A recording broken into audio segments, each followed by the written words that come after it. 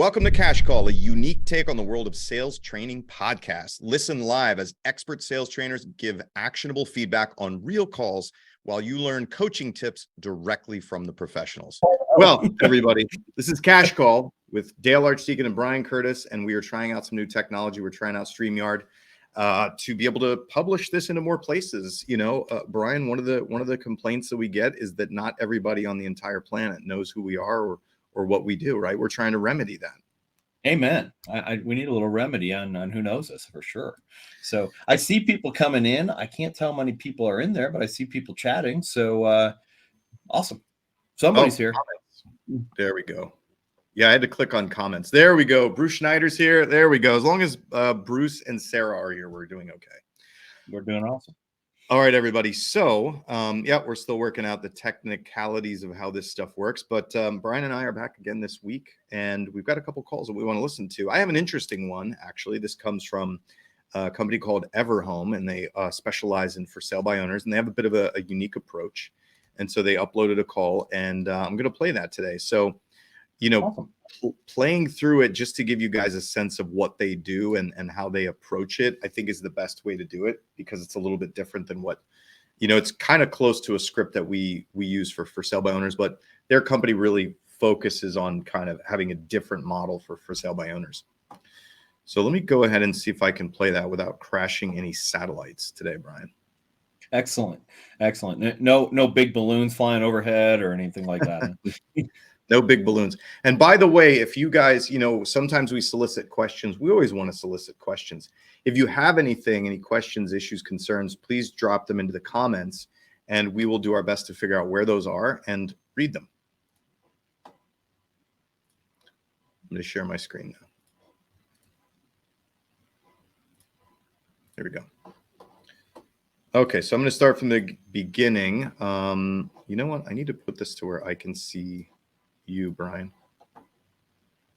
I got to be honest, Zoom is much better at sharing and doing this stuff. So this is a learning curve. We'll see if we're going to stick with StreamYard or not. Give me a thumbs up when you're here, Brian. Hi, this is Emily. Hi, Emily. My name is Kevin, and I was calling about the Zillow listing. Hi, how are you? I'm doing well. Thanks for asking. So I'm not an agent, although I'm sure you've gotten a few calls about the listing, haven't you? Mm-hmm. Yeah.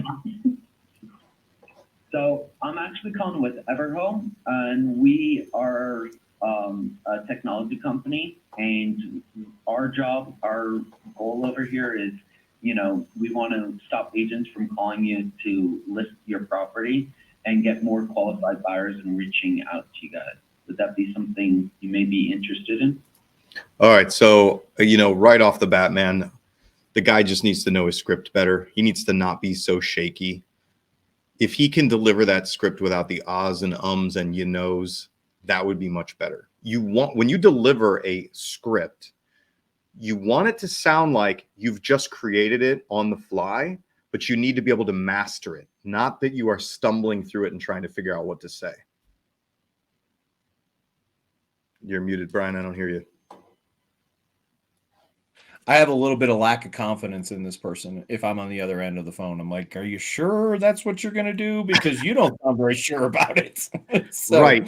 Yeah. And it wasn't bad. It's just you just deliver it like you mean it.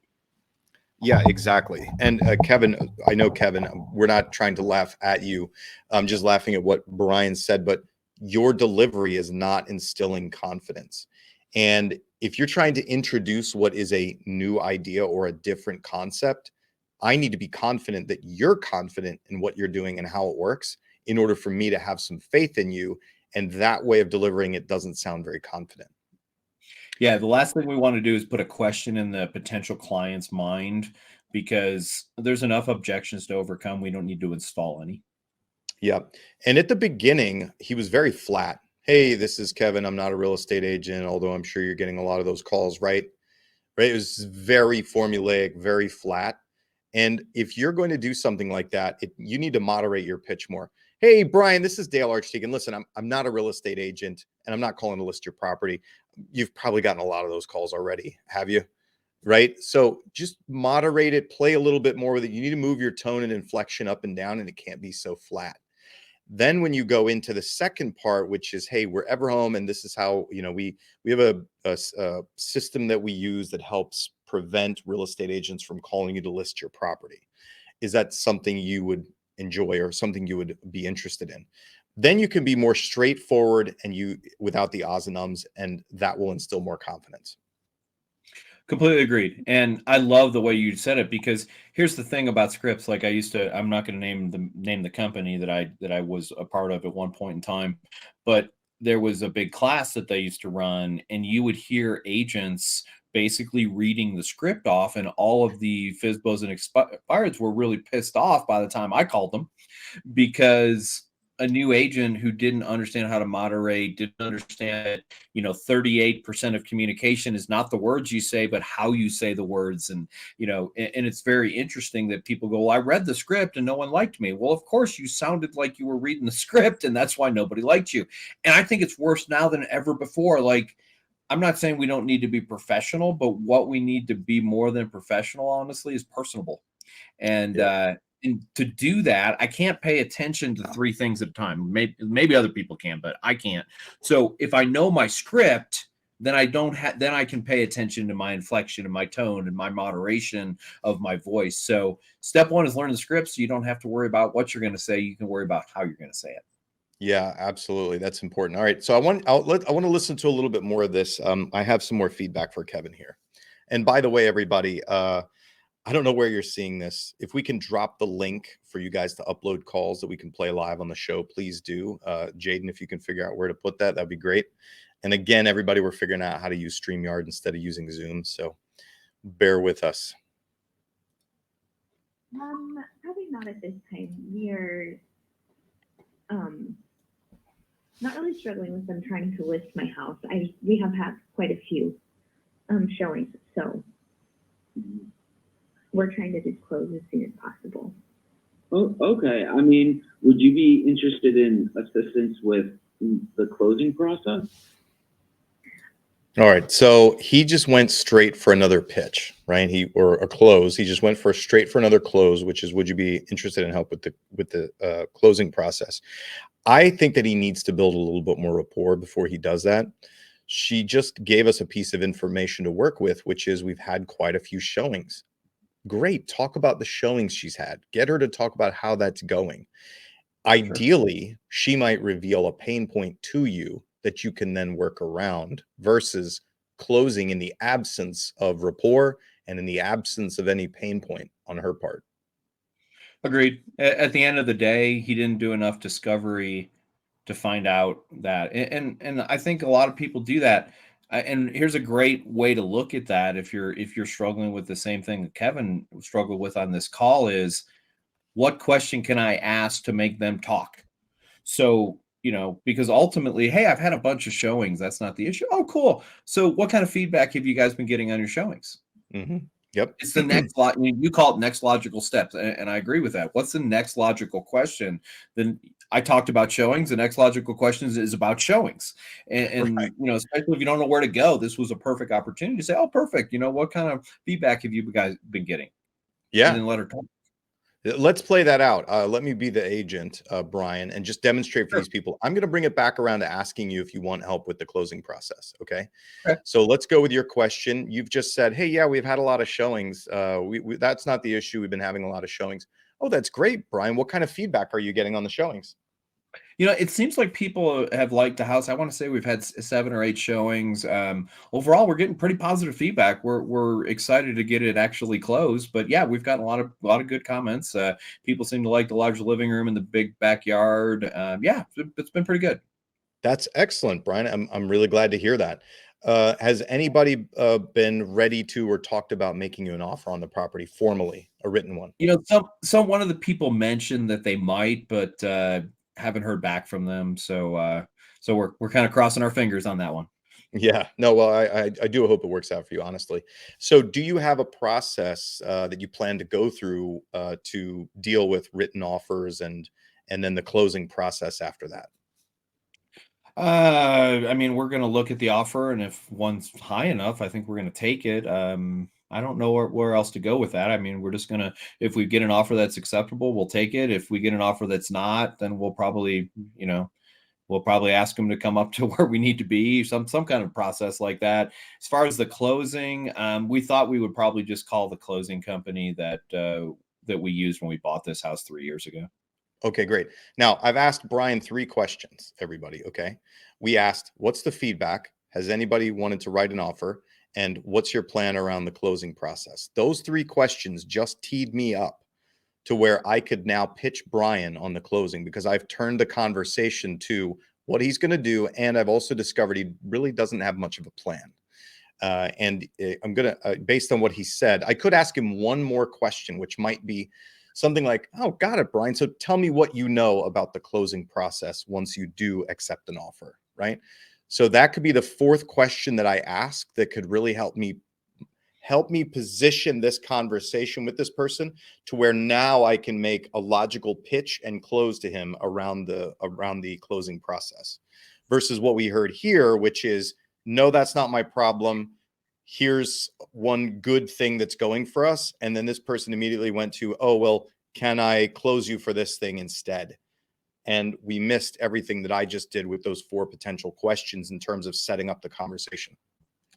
Yeah, and it's funny because I think this, Dale. We role play about 2 hours before this call with my team every Wednesday, and one of the things that I see people doing is that as they've done a good job of becoming more educated on the market and how to answer those questions, but they have a tendency to go into telling instead of selling, and that's in essence what I think Kevin has done here. He didn't find the pain point. He didn't find there's a pain point that they don't have a closing process, and I guess you could close with that. But getting deeper is where we're missing it. And I think we all got spoiled. I don't know how else to say that. I think we all got spoiled in 2021. And the only question you had to ask was, when are you available? Yeah. And that's no longer the case. We've got to go deeper. We've got to actually find the pain point. We've got to take a look at where our real opportunities are and just take it 1 to 2 levels deeper. I think if you can use that mindset when you're making phone calls, it will help significantly. And just because you have a great close, be patient. You don't have to use you got a problem, I got a solution. Just show that this isn't your first rodeo and have some patience when that comes up. As a matter of fact, one of the things that I love to do is make a note about something like that and come back to it in 2 or 3 minutes. Yeah, I even think that's more powerful. So, oh yeah. Absolutely. And a lot of times, you shouldn't close. You want to be very judicious about when you close. I make the joke that we're all wolves in grandma's nightgown, right? We're the big bad wolf in grandma's nightgown. When you close, you whip off the nightgown and then the jig is up, right? Wait, you're that big bad wolf who wants to eat me. I see it. Now I see it, right? Mm-hmm. So you just want to be judicious about when you close, because it then colors the conversation that you're having. Because once you close, the game is up. The prospect knows, especially if they reject you or shut you down, everything that comes out of your mouth after you close and they reject you, in their mind, is just you trying to close them again or get them to change their answer, in a lot of cases in their brain. Yeah, absolutely. And, there's a lot of sales that's not true. But in our sales, you kind of do get one chance to close. My rule in sales before I was in general real estate was to close again after someone has told you no. You either have to change the deal. Can't really change the deal. Like, I want to list your house. That's the deal. Like, I can't say I'm going to do something else. Or you have to give them more information. And that one's still a little sketchy because, again, people can go, oh, yeah, you just told me more so you could close again. They're not using that logic in their brain.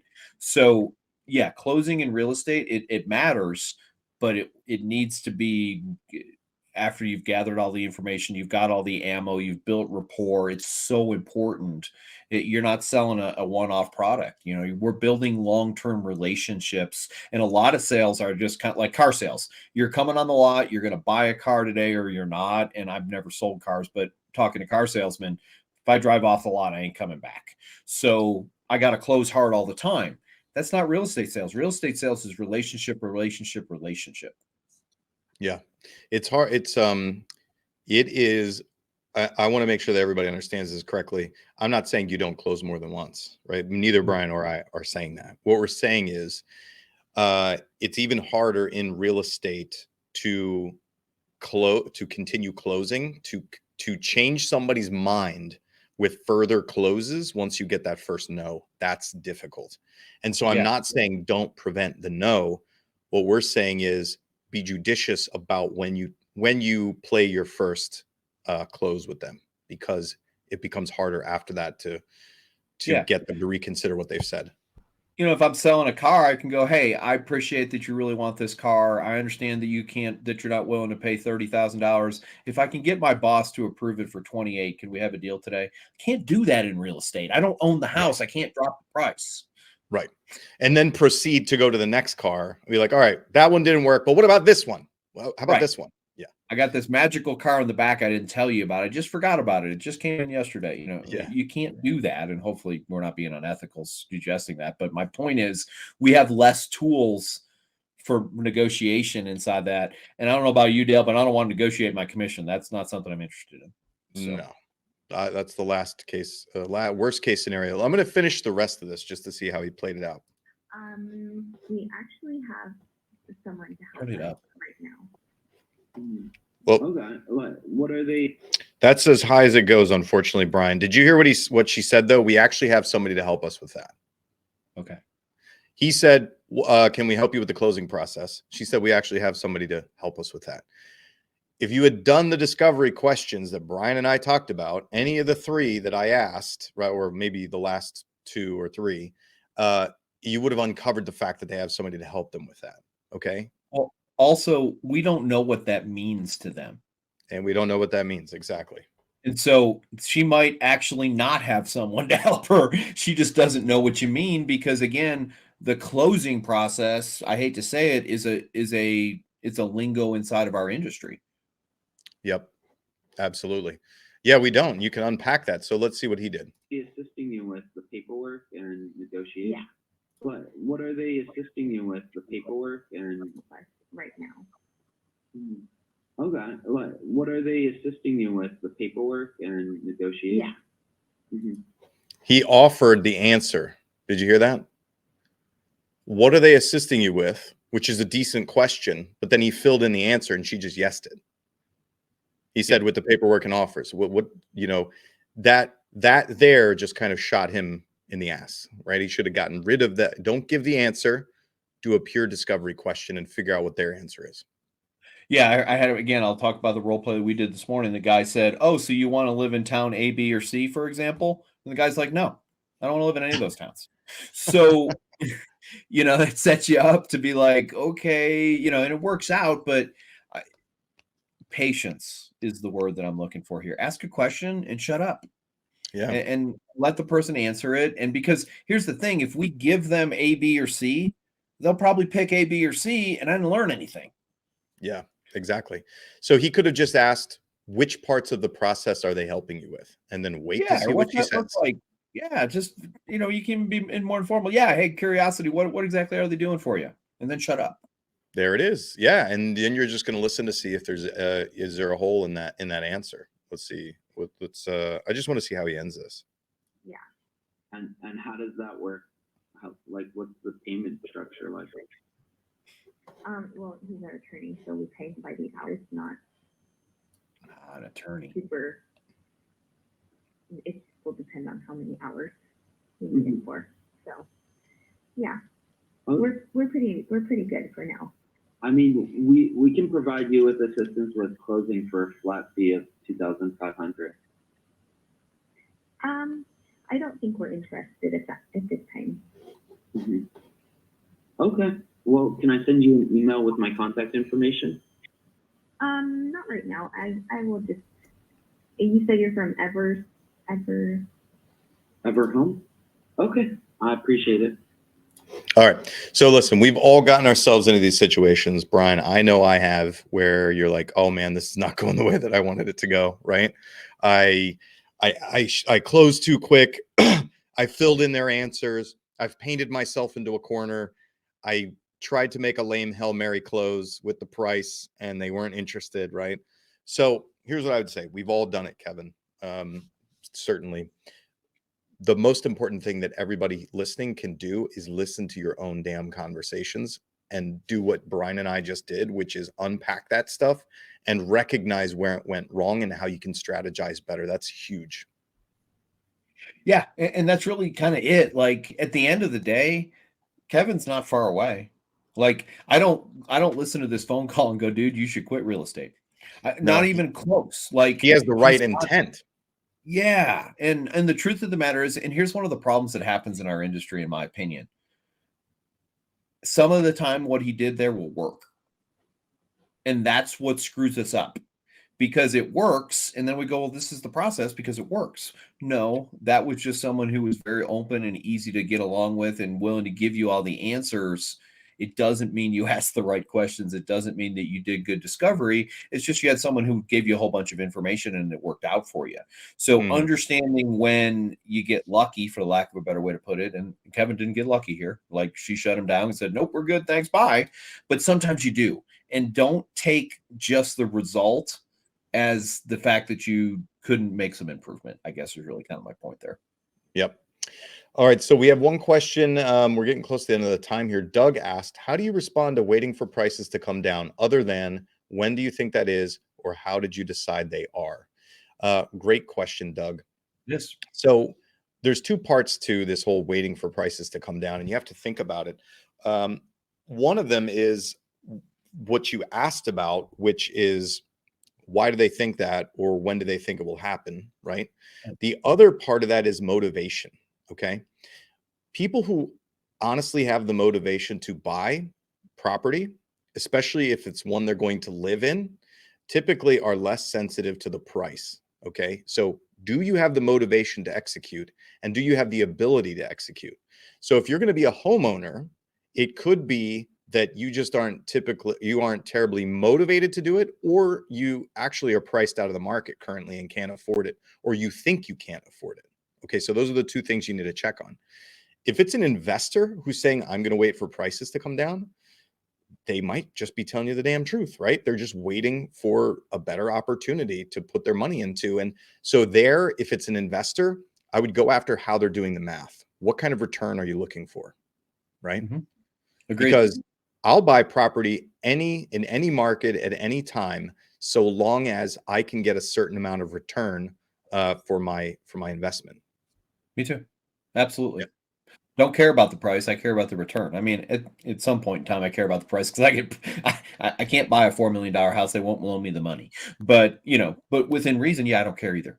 It's just ROI. Like it's cap rate. It's, those things as an investor that I look at. Can I make money on this? Is it rentable? That's a completely different thing. So I agree. That person you're going to struggle with a lot of times. And the truth of the matter is, and this is for all of you working with investors, in my opinion, a flipper, you probably need to write 10 offers probably before you're going to get one accepted at a minimum, because they're, you make money when you buy the house, not when you sell the house when you're a flipper. That's the rule. From the other side of it, though, you are going to have to ask them where they're getting their information from. Now, you don't want to say, where are you getting your information from? So, might look something like this. So, Dale, I can appreciate that. I've talked to a lot of people who are waiting for the market to slow down, soften, and even the prices drop. Out of curiosity, what makes you believe that's going to happen? Because I would like to be able to skip that step and just say, let me tell you why it's not going to happen. Let me tell you what's going to happen. But if I do that, then I'm doing exactly what I was kind of dogging on Kevin for. I'm not doing enough discovery to figure out where they're coming from. And here's the other thing I think is super important, and is that we need to have the ability to talk to the reality of the market. So I can't speak to your market. I've not done the research on it, but let me talk about mine.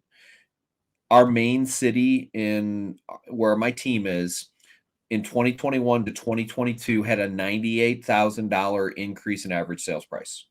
So what am I going to use that? I'm going to say, hey, Dell, let me ask you this out of curiosity. Did you feel like the market went up or down in 2022? Most people will say, and you could even go, do you feel like the market went up, stayed the same, or went down? The majority of the people we talk to go, oh, the market decreased. I appreciate that. And a lot of people I'm talking to are. Would it be okay if I shared some actual average sales price of 2021 and 2022 so you can get a perspective on what the actual numbers are? Well, no, yeah, of course, that's fine. Okay, the average sales price was 400, and now the average sales price is 500. Whatever the case may be, does that surprise you when I give you that data? Oh, yeah, that really surprises me. Here's the thing. It surprised me too, honestly, because it really had a feeling like the market was slowing down. And here's what I realized. We had a lot more price reductions because people listed their house too high because they still thought it was an extreme market. And then also we actually had a lot less sales that happened in 2022. But here's the rest of the story. The average sales price still went up 17.9%. So with all that in mind, and by the way, we're actually have a stronger market in 2023 than we did at the end of 2022. How long are you willing to wait for that market to come down? Or do you feel like with that, some kind of way to go there? So I don't know if you have any other thoughts on that, but that's where I've been going with people. And it feels like it's an effective way to deal with it. Yeah, that is. And you just have to pick you have to pick the right moment to educate, which is what you did, right? You unpack them first and then you educate them. That's important. And then you ask them a question right after that, which is, does that make a difference to you? Would that sway your opinion? Or, if we could, would you, right? You educate them and then close them. If we could find you the right home at a great price, one that checked most of the boxes and you just felt like it was right for your family, would you consider making a move now? Yeah. And the other big one that I think you'll probably hear this a lot too is people like, I'm waiting for the interest rates to come down, right? That's the same. It's the same question in a different version. And what I've been doing is asking this question. So Dale, out of curiosity, who do you think benefited the most from the interest rates dropping in 2021? And people say, well, the people who bought houses. I'm like, okay, yeah. And they definitely did, the people who actually won. But there was some disadvantages. And then here's another thing. By the way, did you try and buy a house in 2021? Why? Because we talked about pain points earlier. I want to find out if they tried to buy a house in 20. Oh, yeah, it sucked, Brian. We wrote offers and, we lost on 4 different houses. Heck, we were even writing appraisal gaps, $25,000 over the asking price, all this stuff. And go, great. Let me ask you this. If interest rates went back down like they did in 2021, what do you think would happen? Do you think it would be a regular market or do you think it would be like 2021? Oh, okay. So I'm just going to throw something out there. In my opinion, the people who crushed it in 2021 were not the people who bought houses, not the people who sold houses, the people who we can still see you. Yeah, I know. I'm trying to turn my light back on. There you go. So the people who won in 2021 are the people who refinanced houses. So in other words, they had a 5% interest rate and then they woke up in 2021 at some point in time and refied to a 2.5% interest rate. Guess what? That's the people who are going to win, in my opinion, when the interest rates drop again. So, for example, if you were to buy a house in 2023 and the interest rates went down in 2024, would you rather be in a competitive market fighting all those people in multiple offers, or would you rather just refi? Which would make more sense for you? Yep. So it's a long path to walk, and I know I gave a lot of information there, but those are the kind of discussions you're going to have to overcome the interest rate objection and the market crash objection, because you can't just say it ain't going to crash and the interest rates aren't coming down. You can't, you could say that, but there's no persuasion, there's no influence in it. They're going to go, great, Brian, thanks. You just want me to buy a house so you can get a commission. Yeah. And I'd bring it back to the motivation thing. Just make sure they have motivation. Because right now, a lot of you can waste 15 minutes, 20 minutes talking to people, trying to convince them that the market won't crash or that the interest rates won't come down, when at the end of the day, they honestly just don't have the motivation or ability to buy or sell in the first place. And so whenever I get into that kind of pissing contest, I always remember, do you actually want to execute something, right? Do you have a reason to buy or sell, and can you afford to buy or sell? Let me bring it back to that before I waste a lot of time convincing you otherwise. I appreciate that a lot, actually, because I think that's something that people do. Like an agent asked me this morning, like, well, what do I do with this guy who's got a great interest rate and doesn't want to sell his house? I say, you tell him congratulations and you'll follow up with him in 6 months, because I'm not going to convince somebody to go from a 2.5% interest rate to a 6% interest rate to get a 200 square foot house that's bigger, that doesn't do anything more for them. And I think we all want it to be, everyone wants to buy and sell. But the truth of the matter is, if I got a 2.5% interest rate on a house that meets my needs, I'm not going to sell it. Doesn't make sense. Now, when am I going to sell it? Oh, my wife's pregnant and we're about to have twins and there's no room. Now I got some motivation, or my parents got to move in with me, or, you know, we got a 4,000 square foot house and all our kids are moving out next week and we don't need a fourth. You know, you got to have a motivation to do that. And I think we forgot that in 2021, because what you need in 2021 was a pulse.